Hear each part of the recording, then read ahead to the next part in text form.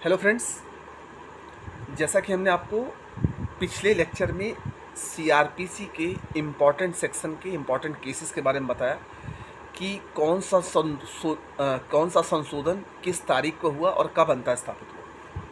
इसी सीरीज़ में हम आगे चलते हैं और बात करते हैं धारा 160 की, साक्ष्यों की हाजिरी की उपेक्षा करने की पुलिस अधिकारी की शक्ति।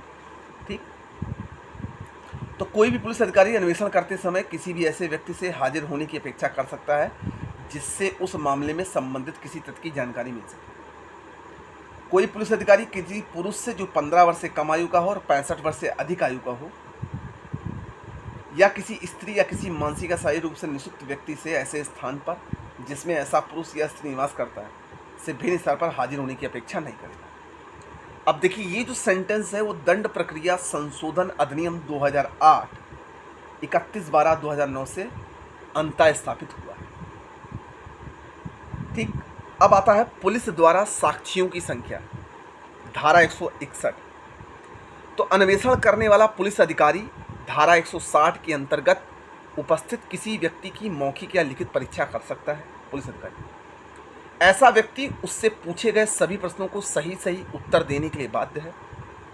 पुलिस अधिकारी परीक्षा के दौरान उसके समक्ष किए कथनों को लेखबद्ध करके पृथक अभिलेख बनाएगा। ठीक है, स्त्री से संबंधित अपराधों की दशा में स्त्री का कथन किसी महिला पुलिस अधिकारी द्वारा ही अभिलिखित किया जाएगा। और ये जो सेंटेंस है, ये जोड़ा कब गया?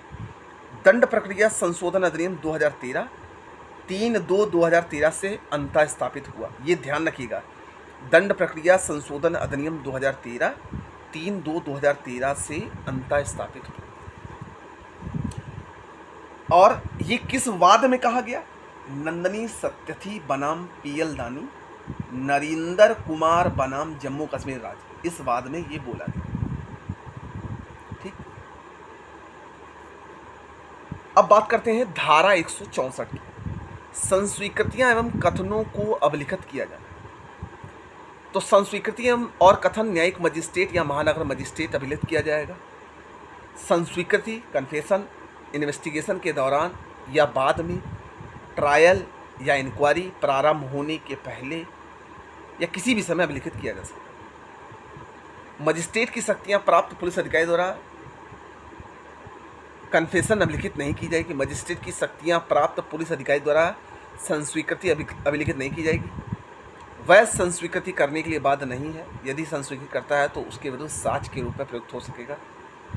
मजिस्ट्रेट संस्वीकृति तभी अभिलिखित करेगा जब यह स्वतंत्र व स्वैच्छिक हो। महिला के विरुद्ध अपराध में पीड़िता का कथन मजिस्ट्रेट द्वारा लेखबद्ध किया जाएगा, धारा 164 के 5A में। और ये दंड विधि संशोधन अधिनियम 2013 द्वारा अंतः स्थापित हुआ, 2018 द्वारा प्रतिस्थापित हुआ। ठीक,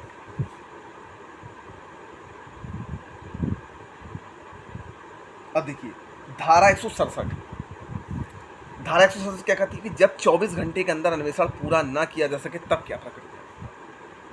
तो वह व्यक्ति गिरफ्तार किया गया हो और पुलिस की अभिरक्षा में हो, 24 घंटे में इन्वेस्टिगेशन अगर पूरा ना हो सके तो अभियुक्त के विरुद्ध दृढ़ आरोप हो, अभिरक्षा में रखने से साक्ष्य प्राप्त किया जा सकता है। अभियुक्त व्यक्ति की सशरीर मजिस्ट्रेट के समक्ष प्रस्तुत किया जाए, जो 167 का 2B में है। प्रथम वर्ग न्यायिक मजिस्ट्रेट एक बार में अधिकतम 15 दिन के लिए अभिरक्षा में भेज सकेगा, 15 दिन के लिए रिमांड के लिए। रिमांड की अधिकतम अवधि 90 दिन हो सकेगी जब अपराध मृत्युदंड, आजीवन कारावास या 10 वर्ष से अधिक के कारावास से दंडनीय है। मतलब रिमांड की जो अवधि है, पहले अधिकतम 15 दिन की अभिरक्षा में देगा और रिमांड की अधिकतम अवधि 90 दिन होगी। अधिकतम अवधि 60 दिन की होगी यदि उपरोक्त में से भिन्न अपराध हो। अगर कोई भिन्न अपराध है तो अधिकतम जो रिमांड भेजा जाएगा वो 60 दिन के लिए भेजा जाएगा। उच्च न्यायालय द्वारा सशक्त किए जाने पर सेकंड जुडिशियल मजिस्ट्रेट भी रिमांड दे सकेगा, 167 का 2C। कार्यपालक मजिस्ट्रेट अधिकतम 7 दिन की अपेक्षा देगा। देखिए, जो प्रथम वर्ग न्यायिक मजिस्ट्रेट है वो 15 दिन की और 90 दिन की और 60 दिन की रिमांड पर भेज सकता है, लेकिन जो सेकंड क्लास मजिस्ट्रेट है वो भी रिमांड दे सकेगा। कार्यपालक मजिस्ट्रेट 7 दिन की रिमांड दे सकता है। पुलिस अभिरक्षा अधिकतम 15 दिन की हो सकेगी। 60 या 90 दिन में जो भी बात जाने पर यदि अन्वेषण पूरा ना हो सके तो अभियुक्त व्यक्ति जमानत का हकदार होगा।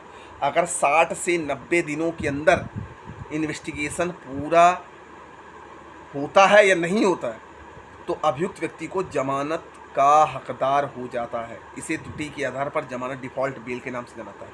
इसी को डिफ़ॉल्ट बेल कहते हैं।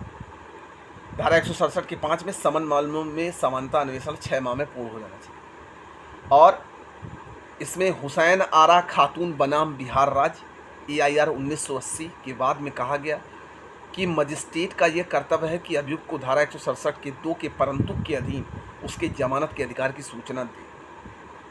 रमेश कुमार पाल बनाम असम राज्य AIR 2017 के बाद में निर्णित हुआ कि 60 या 90 दिन का समय पूरा हो जाने पर अभियुक्त को जमानत का अप्रतिबंधित अधिकार प्राप्त हो जाता है।